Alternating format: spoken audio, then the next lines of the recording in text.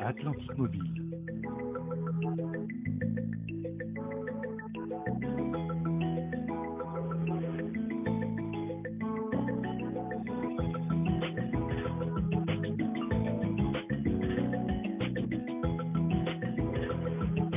Atlantique Mobile est disponible sur Google Play Store pour les dispositifs Android, ainsi que sur Apple App Store pour iOS. Totalement gratuite, Atlantique Mobile intègre des fonctionnalités inédites et exclusives, allant de la reconnaissance biométrique ou faciale à la modification du plafond de carte. Une fois téléchargé et installé sur son mobile, le client dispose d'une application sécurisée, simple et agile pour piloter ses cartes bancaires et ses comptes, au-delà des performances classiques de consultation et de transaction.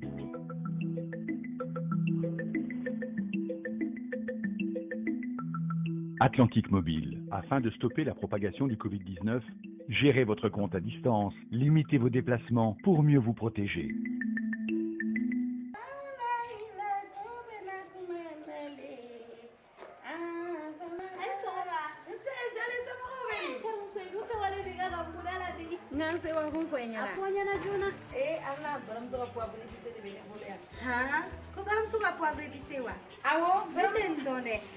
Baramuso kan poivre épicé an poivre day begele ibe nafa soro doyna ibo kelen soro na mais ni différence ni nafa tan fla de balila nafa tan fla wa no golo kasa de manni wa ni yaki ga dagala so ba shiri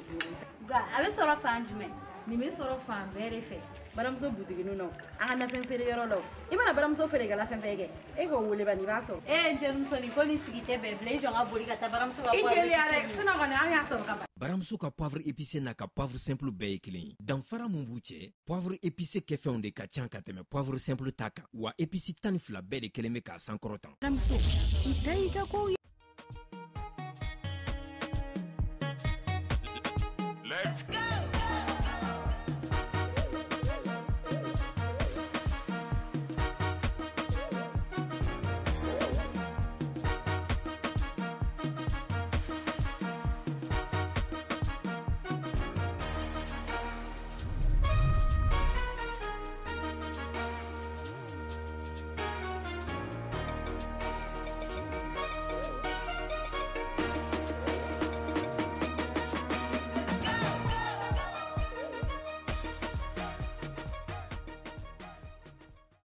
Ewa ambalima chemuso dimsen mabakoro amunu siglime au katkile koro ni wakati la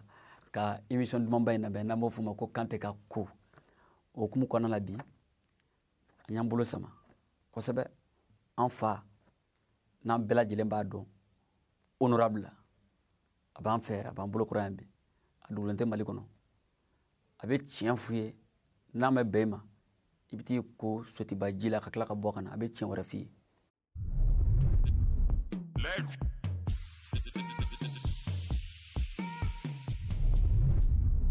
Honorable Gassama. Merci Kante Iniwula. Ouais, mbifo ki wula nyumando. Bon, tonton ngone ma e honorable Gassamba.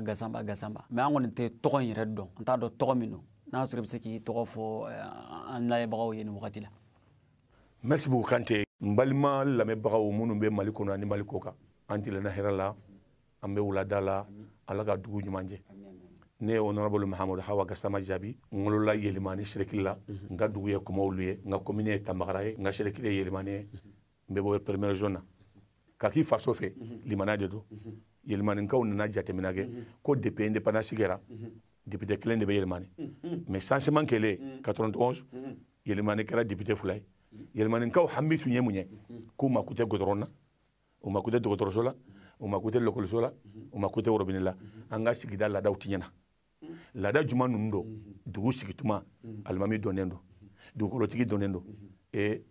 dugutigi donendo o kele tumba mbolo farafina yorobe jombeke dugutigi jombeke almami ka danga misira sonka ubambila nyogona ande lemburubaye ande balonye nate ni njwerta kono be fandom bila nyogona doro lada du abe maka bedep me yelimani lada be sinni yelimani to d'Afrique be no yambila nyogona ambe nyogon faka kalonga ilmani ngaw ka agli jaga bola ko sisa ngoni ni député kara fulay ante fere ga nga mo ta mun be se ka tinya fara wolo fay be benanga ka fo gasama diplôme tabolo ni anglais ni français mais be se ka tinya fara bange bagawi o yenta bref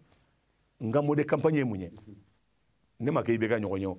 ibe ga mode campagne munye ibe ga programme mino fe maningawo c'est Mali d'abord c'est honneur de Mali c'est bonheur de Mali je vais lutter contre la corruption je vais pas négocier avec les rebelles voilà le aka programme yeni de a duru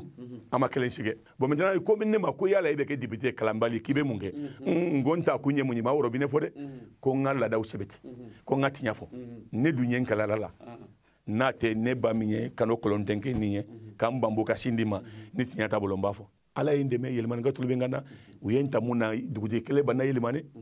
alimamia kele bana dugolo kele bana muntu ngacha nanna we furusaye ambe betatu ngala musomanu furutesa ni letri chira ta jabi uba fo ko musomanu be kono da ibi furusa ne ko yelmane ngawma na soro tere tejebe mimbe France na be sega nani chew ka dewnye ute ku tejebe kono muso de kono ni chebe kono ta c'est ça clairement donc anga furusa furu degalendo aka safana degalendo ala e noya o fana bana yelmane wala kube say kante kuma blala netume say mandala sam mugani saba esayma mbode kono fala nana nyina irana ningo sam mugani saba mogoda ba ko pourquoi sam mugani saba manda e senga e kati foyere elis be combien 20 ans plus ya ka coup d'état plus que jongunda ta o jaro yede o do faraga mbi ala fo ala iniche sam mugani saba inkodo ala e femba kene ngakene nina madeli ka nyanamini madeli ka fono madeli ka fongo ngolo bendimi fulana nyemunye ala e fonde dongolo la ngadi maleunye ni e chimi fo maleon balame mais maleon fo l'intérieur comme extérieur bravo le peuple malien merci mbufo muna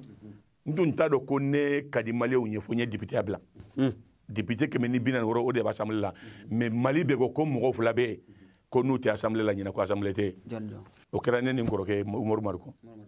afla ni e doni bayde wala to do be fo ma nango to fi de parce que maru mo shima fi folo ne no fi marage we to do fi Umaru Marko ma ibaru ni fo ko kele dangelo très bien bon donc on fana ko kanye fato de effectivement katiya fo bi be ke fato de bon ne be malion fo ngoro ke to la ani che aga fajo de nyima yala vraiment mbila bla nyenye refo voilà mon parcours ni diplôme te mun bola anglais français ya kila doro ko e gabade non ko dombe aywa an lama ba aw munu sigil no ka tele koro ningi anga honorable re mangay mo ko shukan tna saka wuli ka bo tele koro tuguni ka ta fo kite honorable ka parcours do ayalala ataxmana akalana ay jien yala ka jien don ka senge ke ka senge don o hokumu konna na ka tien jala fo o dugdo dala kata ka ke député honorable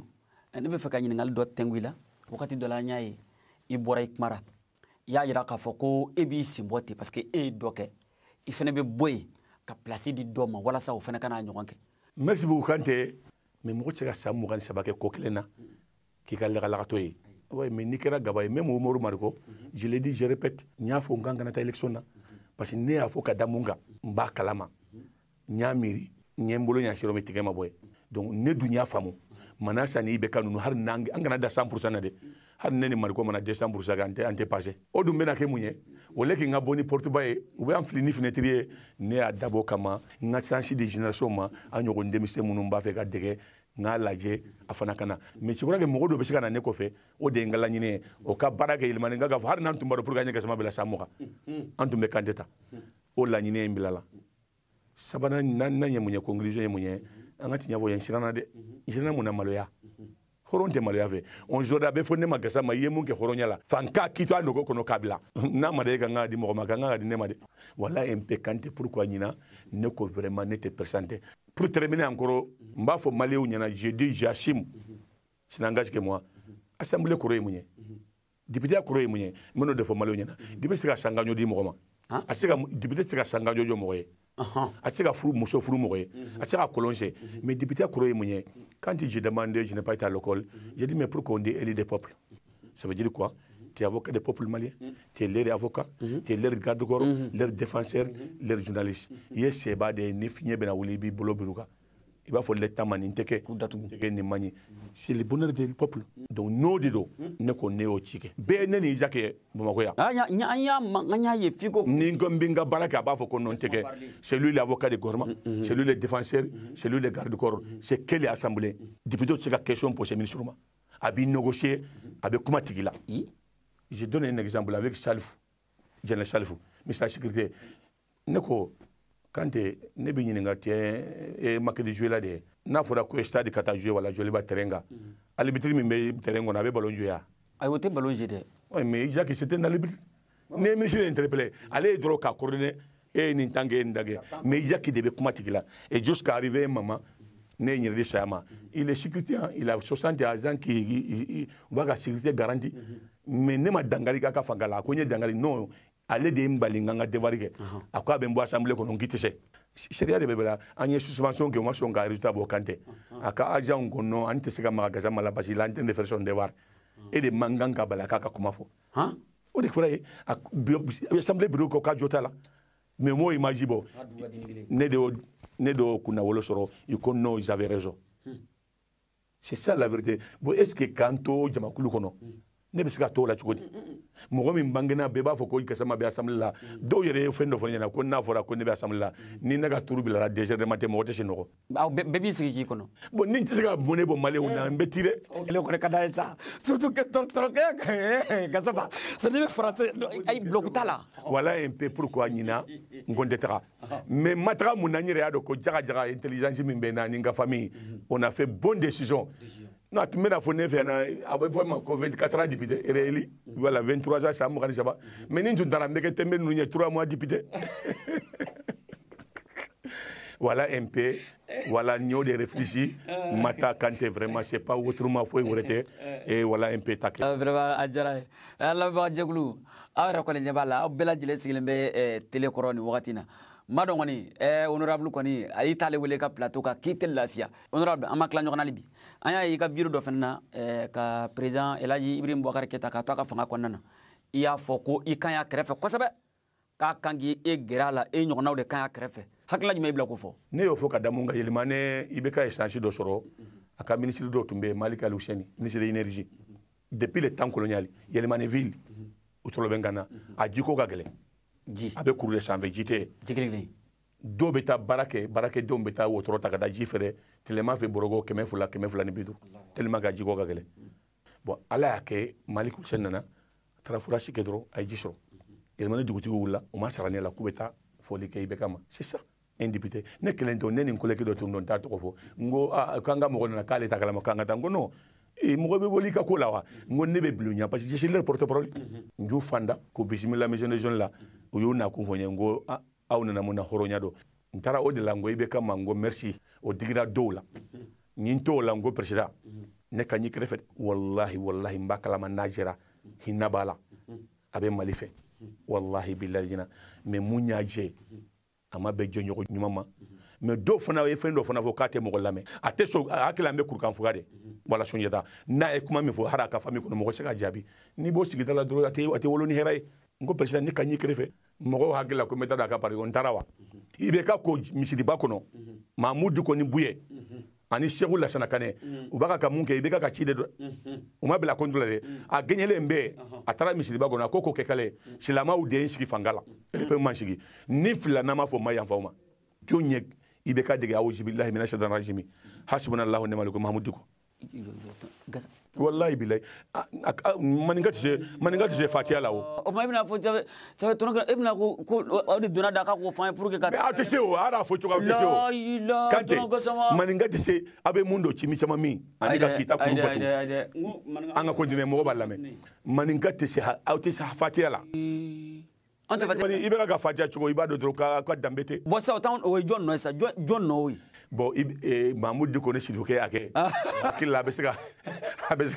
abesika fendo nya silama wiye wala besika fendo mali yonye angateme e ya yere ya di chema abla ta fa kamar en to tien fou angateme wala mp kaya ka krefe membe na fie pourquoi nyofo mba wala ibe ka yere sabage ni tu bakre ba fo président kanake je crois que ibe ka de la kata kashi kafir do sara France quand il dit que je suis Charlie oui hinado mais malé mi inchara ya ibe ka kashi lawa iba zoro do oui d'accord a fo kele fulana ibe ka de la gabion ta yanga biyo kata yala gabo ko moru bongo sara ka santa anniversaire asale sabana tu dere mala illa dro ayanga bion ta ne referu tarani koratigu aw nyogo naw kata murtani John ibe ka ay kani mandai aka voyage folo ani dongel dalaw ni théâtre bolaw ni koratigu de tara murtani nanga biyo nye kasoro kongo banga sura sula kasoro minogo bana kaso keleke marfa tambulo ne tumbe naka ba fen ba fo koro kanake e me belajigi non ay ata idée reta ngo président naka ko duguti naka conseil koro yemunye équipe la sene manga na bina idée minta aba fo ba fe ganinge si c'est beau pour son parcours ba fo président no c'était une bonne chose mais na mani ba fa mani ni ma mo soro mumba fina c'est pour ça que ibe ka entendre beaucoup de faire erreur la banye munye ala bana wala afora ibe ko kaka démissionner mena fe ndo fina kante bi mo ko kala mali tana mali ka jinna balembe muna fangala nte démissionner mbe exemple diba Moussa Traoré de la ka fo mali on na ko nte démissionner ala bana jogo habla surtout Moussa Togo mena Moussa Togo ça va finir Moussa Barako je démissionnerai pas avec moi nte tay roshi ala bana jogo di Moussa temini ko ate démissionner ala bana jogo di abe bolola voilà un peu ere labanye munye ibe ga ko ne ba bla John Fagata o president ga kuma ni maningate John ba kra fa wakati menta do John doada mon jora dunya bla do fayata de bamako ele bana kati ça c'est clair so rajoute me pele labi no so rati banga mani no ya ku ya kuruna te nyira ya ali Facebook ga do bala ko nanga futa bala ko farana de gazi bi ga chana gazi tira na ko nga futa bon kade voilà un peu ibeka c'était une erreur noko ibeka mina chogo maningao nebolo she har she muso ni tara mina she kurukuru kono ni magara la kona baba kukukuku mais ni she mangena dum non c'est pas possible ani she mangena ku non ina ene mina voilà un peu pourquoi il y a question me poser ngo ibeka mango ne kanya krefe nganya krefe de kaladi kabila shina nyumanga me fanga diate mbalema amunu sigle no aka jabarani kono kan émission duman bayin laje ni wakati ko nana kante ka ko Ahmed je kanga vidéo de la semaine ko laje ñogon fe ani tonton Gazama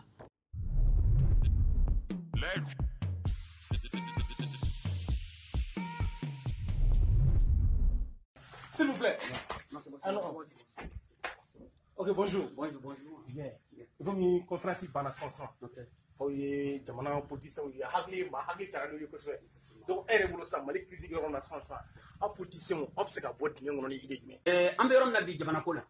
mali mako be mako la mako me dana mako effectivement mako mum be ani mali on me ngon don avec jamana tableau don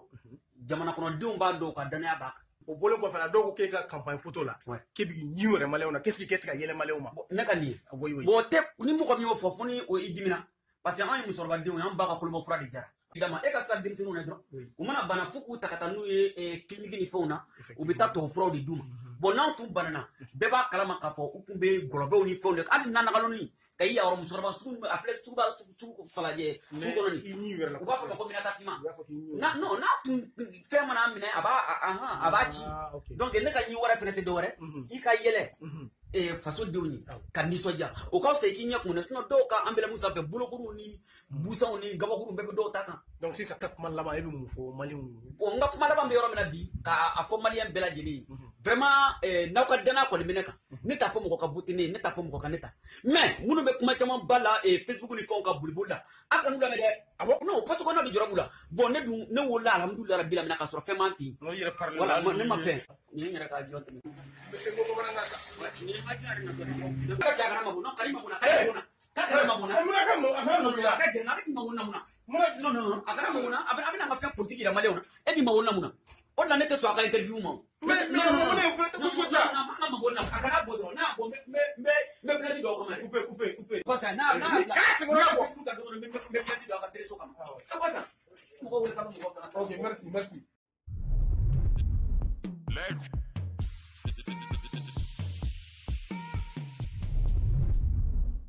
Thomas Gazama n'an bɔra kɔnɔ an y'a mɛn ko aw bɛ ɲɔgɔn ye bala maliyɛn bɛɛ lajɛlen ko concertation o hakilina yira in kɔnɔna la aw yɛrɛ ye mun faamuya la o ka concertation je sali n b'a fɔ ka wale ɲuman dɔn parce que ko de ko Mali kura c'est pour ça que je dis ça je répète ça n'engage que moi je dis non ça n'est pas que les dirigeants africains Nous, on ne savait pas que l'air Sierra Ola, c'est le groupe de gré, c'est le groupe de soutien, c'est le groupe des amis.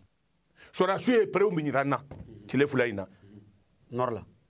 Nyame Dokonema, c'est les Rimériens, mais c'est fondé. Il paraît que Djaou, Maliki Djaou, avion Mbeda bombardement au Plotido. Ce suis lui Minkera Nara, allez les avions t'as souffert quand Djaou bombardé. Djaou Killing. Asimi, abe Fendo Mafarado, Harnia Ibado Mafarado. Donc, il faut faire des démissions. Ou y a mon bonnet de l'Efraïna. Corona Bisla m'a fait quoi en Kuruvega. Ne yo la kamalema ngomontelo katayala. Dobo te ou lukadala. Mais au cas où vous y magia. Donc il dara journal. Souflana. Ne matani mawulio.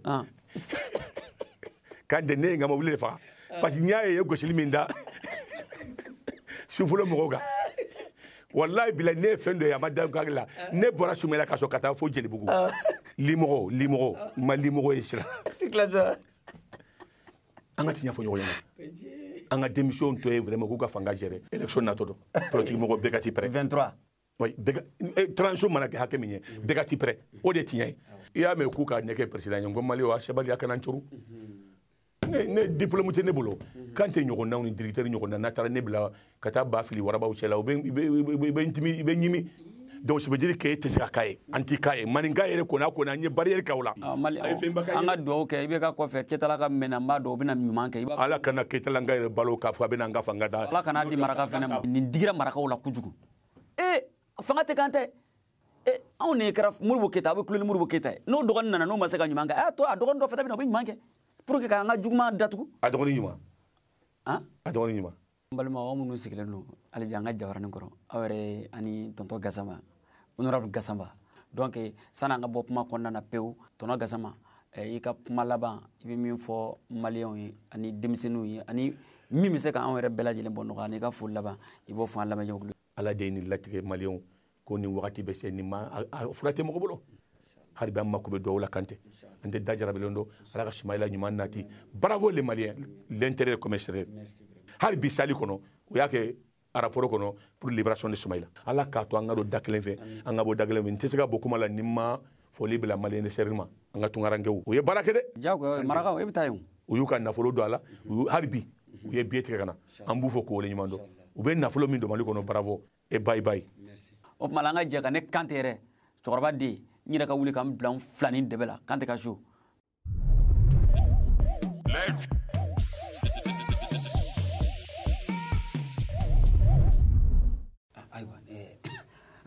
ne ba bisimila karamɔgɔ yeli kɛra ne bolo galon ye bi karamɔgɔ doni min bɛ ne dala bi ala dɔrɔn de b'a dɔn ne filɛ nin ye ne ni n cɛ bɛ furu la nin y'a san 5 ye su ma ko duguma jɛ ne ni n cɛ ma kɛlɛ denw b'an cɛ an ma deli hali k'an ɲɛ kumu ɲɔgɔn kɔrɔ furu in kɔnɔ ne cɛ de filɛ ka wuli tilegan dere ko fɔ a ka musokɔrɔba san 50 fara ne kan karamɔgɔ n dɛmɛ ni muso in kana fara n kan koyi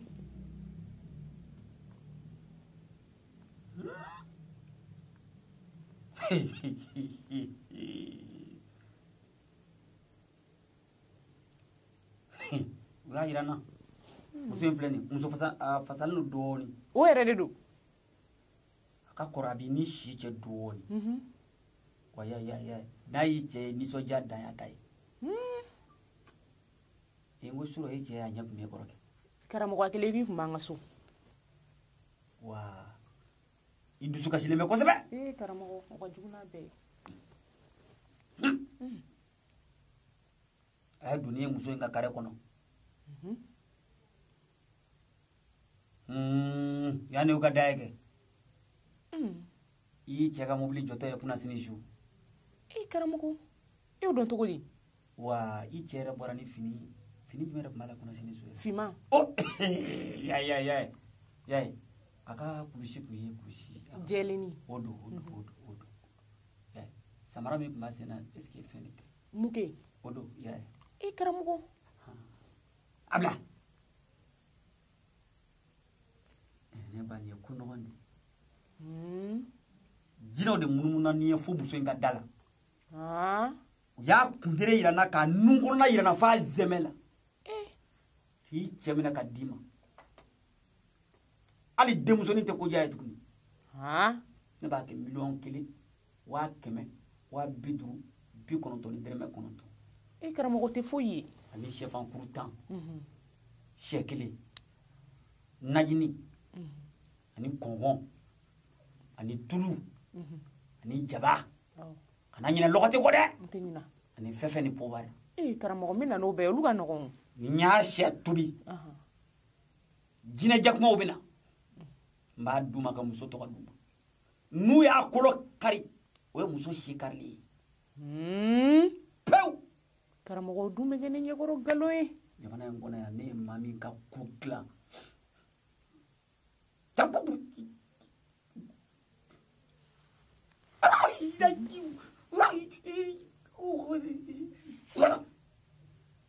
nin y'a dilen n ka jinɛ dɔ ma u b'a fɔ ale ma ko namaramundi nin ye ko dilen ale ma n'ale de tun bɛ kuma la tan ne ba n'a y'a sɔrɔ wari b'i bolo a teliya sisan o tɛ bila ka sumaya yɛrɛ karamɔgɔ i hakili b'a la muso min nana yan nɔ tantɔ muso min nana karamɔgɔ f'i ko k'a bɛ jigin 2 na tantɔ a ye den 1 de sɔrɔ a sara karamɔgɔ i ko i bɛna cɛ min ka usine kɛ 2 ye dɛ a ka usine fɔlɔ tasuma wulila a la a kɛra ne ba kana n ko i cɛ ka fɛn ko in karamɔgɔ an b'o kuma de la karamɔgɔ i ko cɛ min bɛna du tɔrɔ sɔrɔ fo ka du jɔ a donna ka du jɔtɔ kɔnɔ dɔrɔn du bɔra ka bin a kan fɛn i cɛ in a tɛ se ka muso in ta ni baara in kɛra karamɔgɔ e ɲɛna n'i cɛ tɛ baara in karamɔgɔ i ɲɛna wari in tɛ ban cɛ ka mobili min bɛ k'a ko tantɔ f'a taara premier port sanfɛla la tantɔ volant tigɛla n'a ye a bɔra ka bin ba kɔnɔ ne ba a ye baara k'olu ye a ye baara k'olu bɛɛ ye a ci man di karamɔgɔ komi wari dafalen tɛ n kun a ye min kun o di ye a ye n bɛ denmisɛnnin dɔ bila komi juru man di ne ye o bɛ na n'a dafalen ye y'a mɛn e ma sɛ dun sɔrɔ sɛ ba di ba a jara kojugu darakala e ma sɛfan dun ne ye cɛba baden min dun wari min kɛra sa i b'a da dɔn wa i t'a dɔn kadi sura a ma deli ka fiyɛ o sura ne ma kɔlɔnni fili n ko dɔ bɛna kala ja tɛmɛ i y'o mɛn e ne b'a kala ja kaladi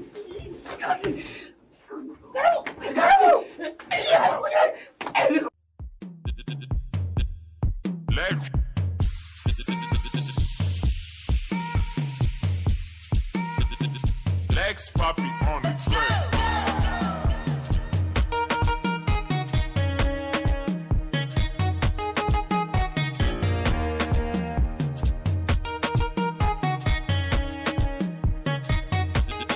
Let's go. So I baramso mama bi pariga to binige baramso itaira koye tubakono ali sugula baramso baramso itaira koye mali muso frafina muso ataya koya oya ase wale baramso yanga gauja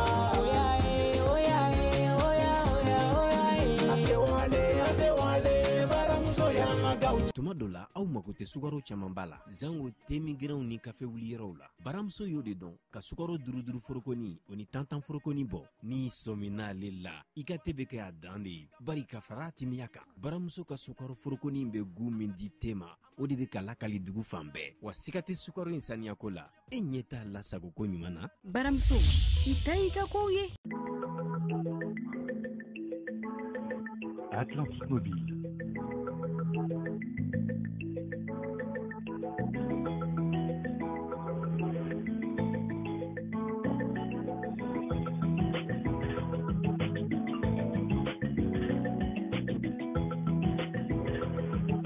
Atlantique Mobile est disponible sur Google Play Store pour les dispositifs Android, ainsi que sur Apple App Store pour iOS. Totalement gratuite, Atlantique Mobile intègre des fonctionnalités inédites et exclusives allant de la reconnaissance biométrique ou faciale à la modification du plafond de carte. Une fois téléchargé et installé sur son mobile, le client dispose d'une application sécurisée, simple et agile pour piloter ses cartes bancaires et ses comptes, au-delà des performances classiques de consultation et de transaction.